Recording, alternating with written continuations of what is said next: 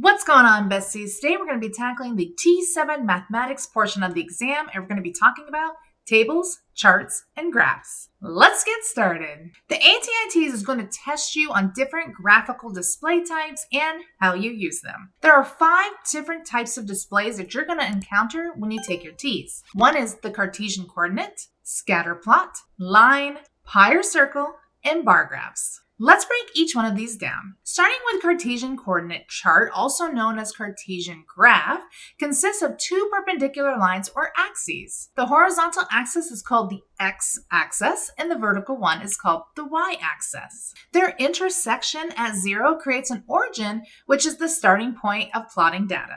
As an example, let's look at how we would plot 5, 4. So starting at our origin, 0, 0, right here in the middle, if you look to the left and right of the origin point, you're going to see that you have negative numbers that move towards the left, and you're going to have positive numbers that move towards the right. It's very similar if you're looking at a number line. In our example 5, 4, the first data point is a positive number, so we would move to the right 5 spaces on our x-axis. When you're looking at our y-axis, we can see that the origin point 0, 0 has kind of the same thing like we saw with our number lines in our x-axis. So as we move up our number line, it becomes more positive, and as we move down our number line, we become more negative. Our next data point is a positive number, so we're going to move up 4 spaces to get to 4. Now we're just going to place a dot at this position of our plot, and that is our point, 5, 4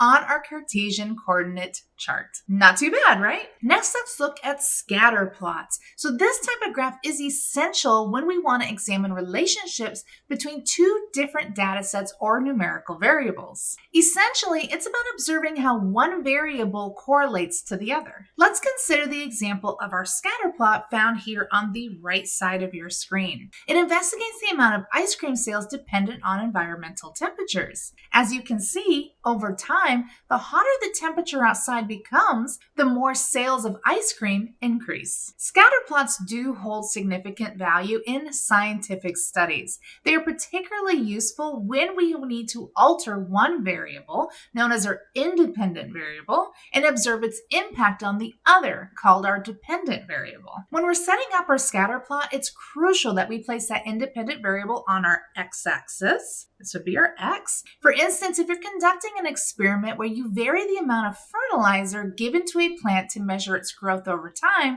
the amount of fertilizer, our independent variable, would go on the x-axis. The growth of our plant, the dependent variable, would be along our y-axis. By doing it this way, you can effectively analyze the correlation between these 2 factors. As you can see, the amount of fertilizer increases the growth of the plant. Now let's look at a line graph. So a line graph is ideal in observing changes over time. So take, for instance, examining the produce sales over 9 months. In this scenario, the timeline is plotted along our x-axis, showing us the individual months while the financial values are marked on our y-axis, showing the sales in the thousands. In a scientific context, we may be studying the respirations of a nursing student during clinical checkoff. A line graph proves invaluable for this information. If you're measuring how much oxygen the nursing student consumes over a period of time from just going into check-in, during, and then after, a line graph will notice and illustrate these changes over time. This makes it a perfect tool for visualizing and analyzing data that varies with time. This is probably one of the most familiar charts, and this is a pie or circle chart. They use both names interchangeably. As you can see from our pie chart that we have here as our example, there was a survey that was completed in 2020 for nurses who were leaving a facility. The data collectors collected information based on their reasons for departure, and these were the results. As you can see from our pie chart, each color corresponds to a different reason. So for example, people leaving for personal reasons was about 50%. Those who transitioned to a competitor was about 20%. Travel nursing was about 13%. No opportunity to advance was 10%. And then lastly, those individuals who did not provide a reason was 7%.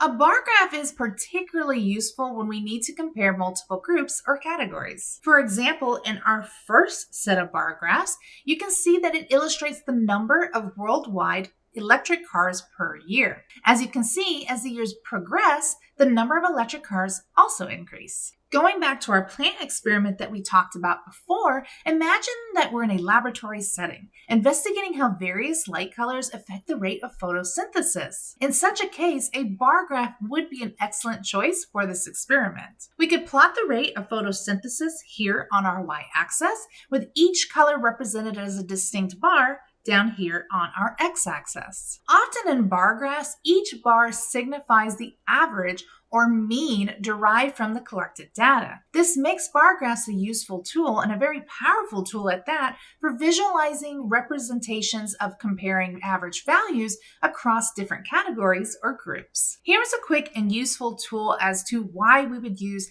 different graphical displays and what specific cases we would use them as. It's a little cheat sheet to help you pass your ATI TEAS when you come across these questions on the exam. All right. Once we've determined the graph to use, we can begin the graphing process. Let's experiment with this concept using hypothetical data from an ice cream sales that we discussed earlier. Imagine that we have data showing the average temperature in an area and the corresponding ice cream cone sales during different months. If we want to illustrate the total ice cream sales in each month as a proportion of the year's total sales, a pie chart would be ideal. Each slice of the pie chart would represent a different month, showing us its average sales that they share over that year. On the other hand, if our focus is tracking the average high temperatures in an area over time, a line graph would be the way to go. This graph would effectively depict temperature trends throughout the year. Now let's say that we're interested in comparing ice cream sales across specific months. In this scenario, a bar graph would be highly effective. It would allow us to compare the ice cream sales to the specific months side by side, providing a clear visualization of the comparison. Let's dive into the practical creation and interpretation of graphical displays. This is very important for you to know for the TEAS, and we're going to start by focusing on scatter plots. Using our previous data set, here is how we would construct the scatter plot and what each element represents. The very first thing that we want to do is we want to establish our axes. So on the x-axis, we're going to plot the average high temperatures, and on the y-axis, we're going to plot our ice cream sales. It's important that you make sure that you label each axis clearly, including the unit of measures that you're using. For instance, the x-axis might be labeled average high temperature, and we're using the unit of measure of Fahrenheit. And on the y-axis, it is our ice cream sales, and we're doing cones per month. We also want to make sure that we title our graph. A good title should encapsulate the essence of the graph's content. It's not enough to just have a vague title like ice cream, right? Instead, it should be informative, such as Correlation of Ice Cream Sales and Average High Temperatures 2023. This title should essentially narrate the story of the data that we're trying to present. After labeling our chart, we can now plot the data points. In a scatter plot, each point represents a data pair correlating between temperature with sales. The arrangement of these points can reveal patterns or correlations. An important feature of our scatter plot is our best fit line. This line represents the average trend through our data points. When drawing it freehand, we aim to position it so that roughly half the points lie above it and the other half lie below it. Remember, this line should not go beyond our range of data as it represents interpolation within the existing data set. Avoid putting any kind of arrows or extending them past the outermost data points. In addition, in terms of scaling, we want to ensure that the increments of each axis is uniform and clear. For instance, if each major grid line of the x-axis represents an increment increase of 15 degrees Celsius, this should be consistently applied throughout our line. In our case, with this graph, the ice cream sales and average temperature increase in increments of 10. Lastly, remember that including 0 on your graph is not always necessary. If your data doesn't include or approach 0, it does not need to be present on your graph. This helps keep the focus on the relevant data ranges and avoids misleading representations. One of the things that the TEAS loves to test you on is bad graphs and misrepresentations. What are we missing? What could be better about our graphs? Let's take a look at the example of a bad graph, focusing on one that's supposed to show how different amounts of fertilizers affect plant growth. When you look at this, you immediately notice several errors. Firstly, the title of the graph, while it is present, isn't descriptive enough. It needs to clearly indicate what is being plotted on our x and y axes, such as the relationship of fertilizer to plant growth.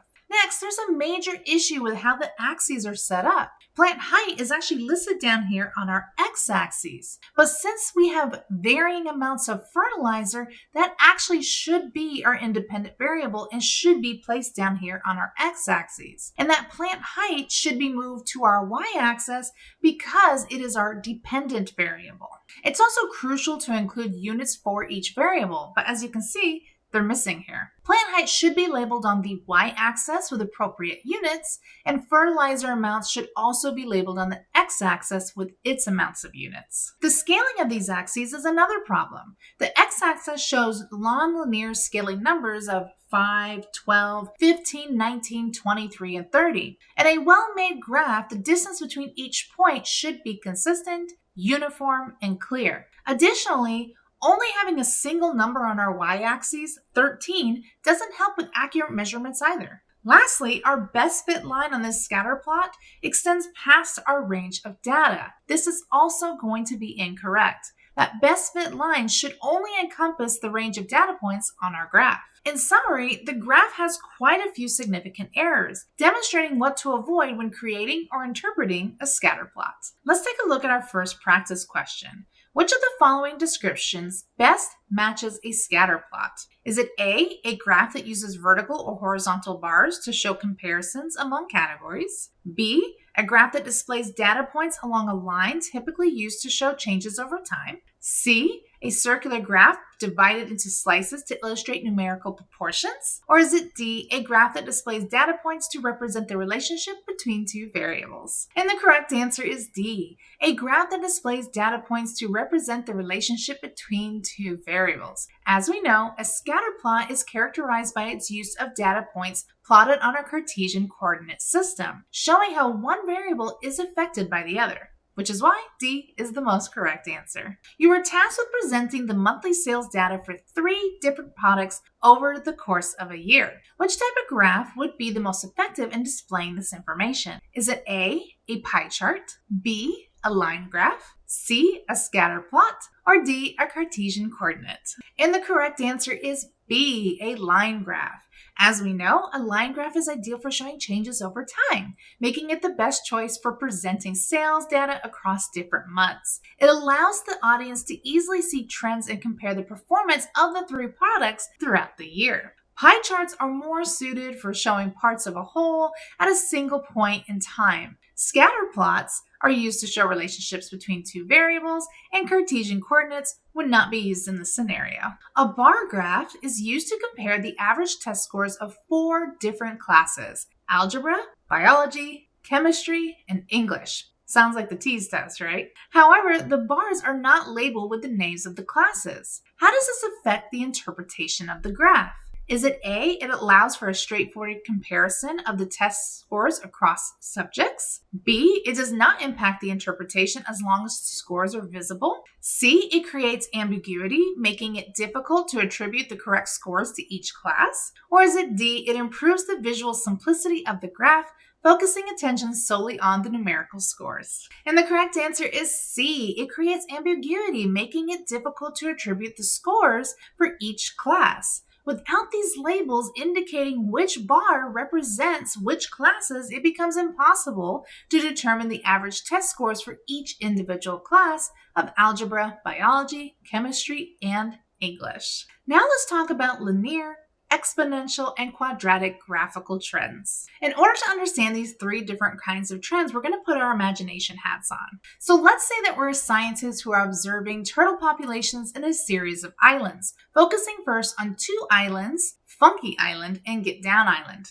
In what we term turtle, euro, 0, 3 turtles each make their way to Funky and Get Down Island. Upon visiting each island after 1 year, we note that Funky Island's turtle count has risen to 5, while Get Down Island's has reached 6. The following years, F's population, which is our Funky Island, has grown to 7, and our G Island, which is Get Down Island, has impressively doubled to 12. Year after year, we meticulously record our findings, aiming to discern any emerging patterns. We ponder whether the turtle populations expand at a steady pace, a concept known in mathematics as constant difference. Let's take a closer look at each one of these different kinds of islands and graph trends. So starting with Funky Island, we started with 3 turtles. If 2 more arrived each subsequent year, then after a decade, the calculation for Island F would be the initial 3 turtles plus 2 turtles for each of the 10 years, totaling 23. As we generalize this, if x equals the total number of years elapsed, the turtle population on Island F would be represented as 2x plus 3, which intriguingly forms a linear equation, y equals mx plus b, where m is the constant rate of increase and b is the starting number of the turtles. Upon graphing this relationship of Funky Island, we discover a linear trend affirming our hypothesis. This linear model is characterized by a constant increase or decrease. Turning our attention to the turtles on Get Funky Island G, it's another intriguing pattern that emerges. Their numbers seem to double each year, indicating exponential growth rather than linear growth. Unlike that steady addition that seemed to take place on Funky Island, Get Down Island's turtles increase by a factor of 2 annually. To illustrate the population for the 7th year, we would be calculating that by taking the initial 3 turtles and doubling them 7 times, a process conveniently expressed using an exponent. This kind of a pattern aligns with exponential function, which is y equals a times b with the exponent of x, where it represents the starting numbers of turtles, b, as the growth rate, in this case 2, and x is the number of years. Our analysis is confirmed as depicted in the graph of Get Down Island's turtle population. As you can see, we have a nice curve steadily increasing over time. Our findings highlight a fundamental principle of growth patterns. Given enough time, any exponential function with a growth multiplier greater than 1 will surpass a linear function. Lastly, let's focus our efforts on Quick Step Island. Initially, there was only 1 turtle, but by year 1, the count reached 13. By the 2nd year, the number soared to 45, and by the 3rd year, it stood at 97. These patterns present a curious pattern that seems to correlate with the passing of years. The turtle population on Quick Step Island can be described by the formula y equals 10x squared plus 2x plus 1, where x represents the number of years. This means that for the 9th year, the population would be 10 times 9 years squared plus 9 times 2 plus 1. Doing our calculations, we have 9 squared is equal to 81. 10 times 9 is equal to 810. 2 times 9 is equal to 18. And then, of course, we bring up the number 1.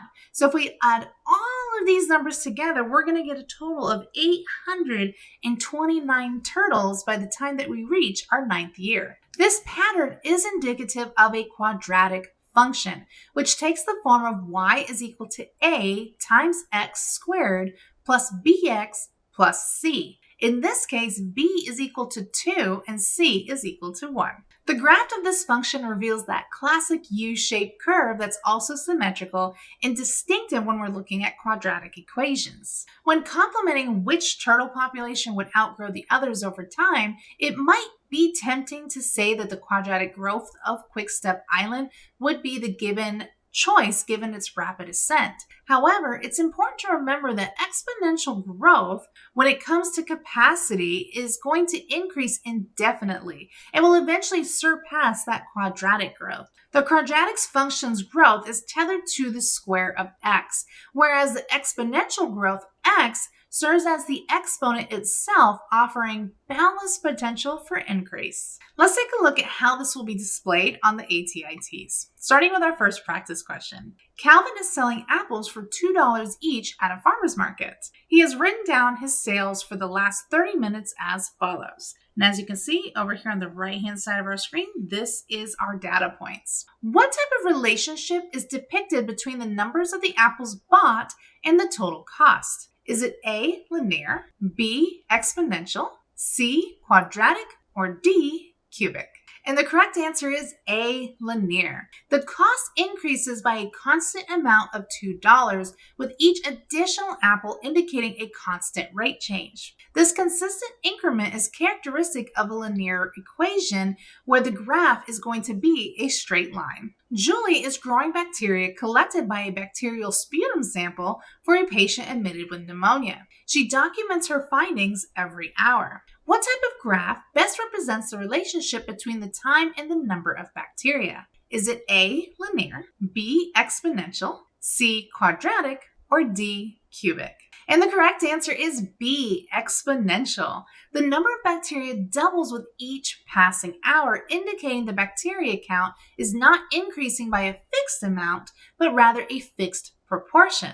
This pattern of growth, where the rate of increase becomes progressively more rapid, is indicative of an exponential relationship. Next, let's take a closer look at directions of trends in graphs. When we're analyzing graphs, it's important to understand that different trends can depict either increasing, decreasing, or no change trends. When we're looking at graph trends, we want to look from left to right. Where does the line start on the left, and what is the trend when we move across to the right? Let's start with increasing trends. So graphs with increasing trends show values that rise as you move from left to right. As you can see from our two different examples, if you look at the starting point on the left, you can see that each line increases in value as we start moving to the right. So as you can see here, we start moving up in value, and again on this example we also move up in our value. So we're going to get a concave up or concave down increasing kind of distribution. With decreasing trending graphs, they depict values that fall as they progress from left to right on the graph. So as you can see from our example, as you look at the starting point on the left, you're going to see that each line is going to decrease in value as we move to the right. So up here we have a concave up decreasing graph, meaning that we start high and then we come down low. And then over here on the right, we have a concave down decreasing graph, again starting high, and as we move to the right, we lower the number. Lastly, we have a no change trends kind of graph. So these graphs will show a flat line representation of a situation where there's no change over time. The value remains constant regardless of the changes that are happening along the horizontal axis. As you can see here, we just have this flat line on our graph, which shows that as we move left to right, there is no change, making it a no change graph. Outliers on graphs are data points that stand apart from the crowd, catching your eye because they don't quite fit in with the rest. Imagine that you're looking at a graph, and while most of the data points are in a cozy cluster, like we see in the graph here on our screen, there's one point or maybe even 2 points that are going to kind of miss the memo with the rest of our data points. They're going to be sitting off far to the side, above or below our best fit line, as you can see here in our example. Sometimes these outliers are a result of a simple slip up, maybe a typo or data that was entered incorrectly, or even a glitch in the measurement equipment that we're using. Other times, these are real deal, genuine deviations that tell a story of their own, like a sudden spike in sales after a viral marketing campaign, or an unexpected drop in temperatures on an otherwise warm month. If any of you live in Florida, you know exactly what I mean. These types of questions on the T's tend to be easier because we can visually see the data points and can easily denote that something is wrong. We introduced dependent and independent variables a little bit earlier, but now we're going to dive a little bit deeper into understanding what they mean. The independent variable is often seen as the cause. It's the variable that we manipulate or change to observe how it affects another quantity. On the other hand, the dependent variable is considered the effect. It's the value that depends on or is determined by the changes of our independent variable. For instance, in an experiment measuring the growth of plants, based on the varying amount of water, the amount of water given, that is going to be our independent variable, is going to directly influence the growth, our dependent variable. So let's start with the basics when it comes to graphing these variables. The independent variable, which is often plotted on our x-axis, as we know, is the variable that we change in order to control an experiment. Think of it as the input of our cause and effect relationship. On the flip side, we have our dependent variable, which is represented here on our y-axis. And this is the outcome are the effect that we are going to observe as a result of the changes to our independent variable. So essentially, the value of the dependent variable is going to hinge on the influence of our independent variable. If you're trying to figure out how independent and dependent variables affect an equation, it'll look something similar to this. We have the equation y equals 3x plus 5. Based on our equation, we know that y is going to equal the outcome of the value because it is the lone variable on the other side of our equal sign. That means that x is going to be our independent variable. We have control over what we're going to put in x, which is ultimately going to influence our y. Let's take a look at another example. Imagine a hospital system is conducting an experiment to understand the relationship between nurse-to-patient ratios and average recovery time for patients on an orthopedic unit. The task is to represent the given data on a graph. This scenario poses an interesting question. Between the nurse-to-patient ratio and the average recovery time, which is our dependent variable and which is our independent variable? Let's recall that our dependent variable is ultimately going to be influenced by our independent variable. So in our case, does the nurse-to-patient ratio depend on the recovery time, or is it the other way around? Given that in this experiment, we can choose the nurse-to-patient ratio, it implies that the ratio is the variable within our control. Hence, nurse-to-patient ratio is going to be our independent variable, which we are going to plot down here on our x-axis. On the other hand, the average recovery time, which we aim to measure, naturally is going to become our dependent variable, which we're going to plot over here on our y-axis. As you can see down here on our graph, the higher the nurse-to-patient ratio is ultimately going to increase the average recovery time for our patients. Lastly, to test our knowledge from before, what kind of relationship do we see when we're looking at these two variables? Is it linear, exponential, or quadratic? That's right, you've guessed it, it's linear because we have a straight line. Good job! In a study examining the effects of study hours on test scores, researchers tracked the number of hours spent studying X and the results testing scores Y.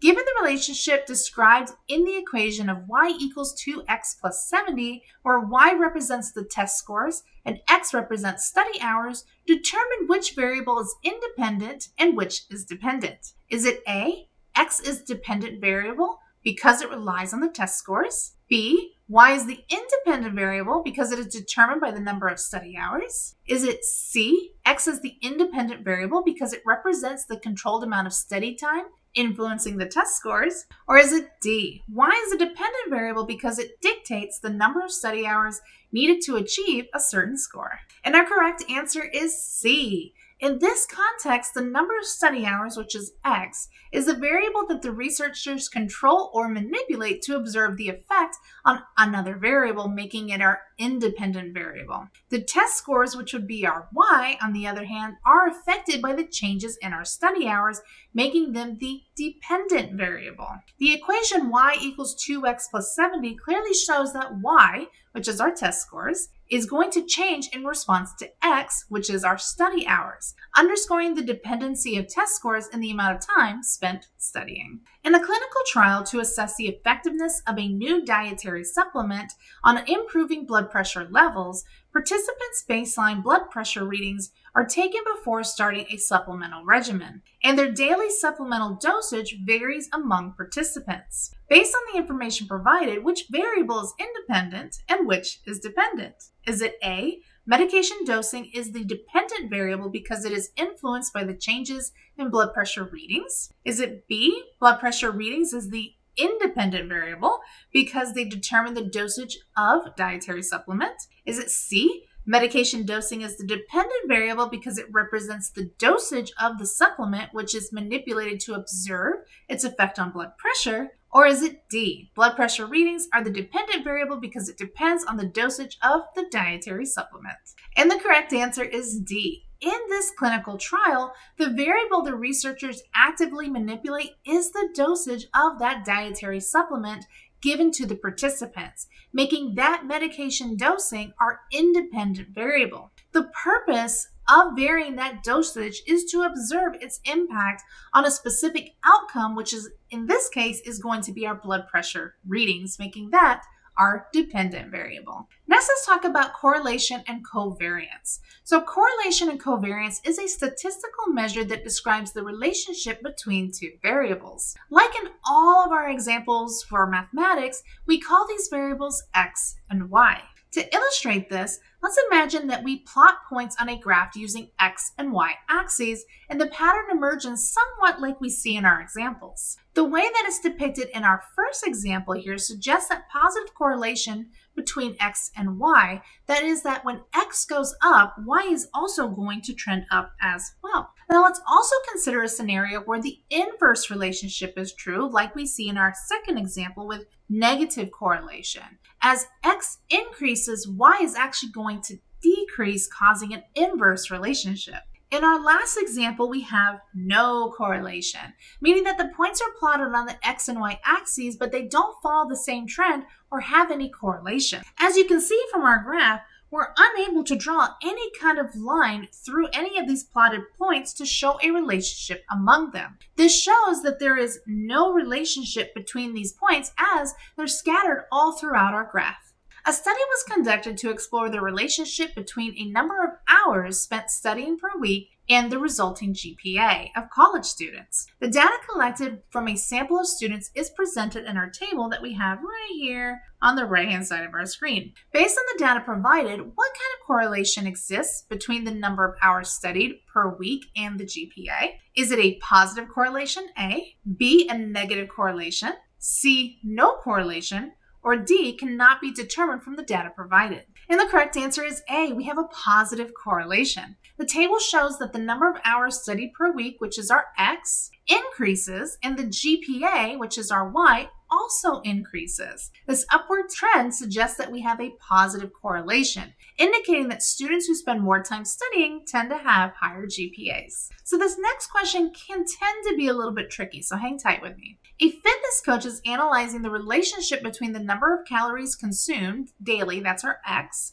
and the weight change Y in kilograms observed over a month in clients. The following data is recorded in a table. What does the data suggest about the covariance between daily caloric intake and weight change? Do we have a positive covariance, A, a negative covariance, B, C, zero covariance, or D, the data is insufficient to determine covariance? And the correct answer is B, we have a negative covariance. So the table illustrates that as the daily calorie intake X increases, the number change Y shift decreases. This pattern implies that the negative covariance between caloric intake and weight change indicates that a lower calorie intake is associated with less weight gain and more weight loss. Lastly, we're going to highlight the concept of proportionality, which fundamentally comes in two flavors: direct and inverse proportionality. Let's start with direct proportionality. In this scenario, we use variables y and x, like we have always so far, to describe a situation where y increases or decreases in tandem with x. Mathematically, we express this relationship as y is equal to kx, where k represents proportionality constant. This constant of k is crucial as it determines the specific relationship between y and x, ensuring that any change in y is going to be directly linked to the proportional change in x. So what does this mean in real-world scenarios? So if you consider the relationship between the distance by a car and the time it takes to travel, that distance is a constant speed. As the time increases, the distance traveled also is going to increase. If a car is traveling at a steady rate of 60 miles per hour, the distance covered is directly proportional to the time traveled. Now let's pivot a little bit to talk about inverse proportionality. In contrast to direct proportionality, when we say that y is inversely proportional to x, we're describing a situation where as y increases, x is going to decrease and vice versa. The mathematical representation for indirect or inverse proportionality relationships is y is equal to k over x, where k remains our proportionality constant. However, in this formula, k is positioned above x in a fraction, signifying the inverse relationship. This setup implies that x, as it becomes larger, y is going to get smaller, and the opposite of true when x decreases. A real-world example of this is a relationship between the amount of time taken to complete a task and the amount of workers assigned to that task. If more workers are assigned to that task, the time taken to complete the task is going to decrease. And if fewer workers are assigned to that task, then the time taken is going to increase. This is a great example of inverse variation, where the increase in the number of workers tends to decrease the amount of time that it takes to complete a task. Graphs representing direct and inverse relationships exhibit distinct characteristics based on the nature of the relationship between the two variables. As we discussed, in a direct relationship, as one variable increases, the other variable is going to increase at a constant rate. This is reflected in our graph as a straight line. If you plot y, our dependent variable, against x, our independent variable, for a direct relationship, y is equal to k times x, the line will pass through the origin 0, 0. The slope of this line is determined by that constant k, and the line will ascend to the right if k is positive, indicating that y increases and x is also going to increase. In an inverse relationship, as one variable decreases, the other variable is going to increase. This type of relationship is captured by our equation like we talked about before, is y is equal to k over x. And the graph is going to look significantly different from a direct relationship graph. Instead of seeing that straight line that we've become accustomed to, the graph is actually going to feature a curved line that approaches the axes, but it's actually never going to touch them. As x increases, the y value is going to decrease, approaching 0, but never actually reaching it, reflecting that inverse relationship between the two variables. A biology experiment investigates the growth of a plant species under different light intensities. The table below shows the height of the plant's y after 30 days of various light intensities x. Based on the data provided, which statement best describes the relationship between light intensity and plant height? Is it A, as light intensity increases, plant height decreases, indicating an inverse relationship? Is it B, there is no clear relationship between light intensity and plant height? Is it C, as light intensity increases, plant height increases at a constant rate, suggesting a direct relationship? Or is it D, plant height changes unpredictably with changes of light intensity? And the correct answer is C. The table shows a consistent pattern where we double the light intensity is going to result in doubling that plant's height.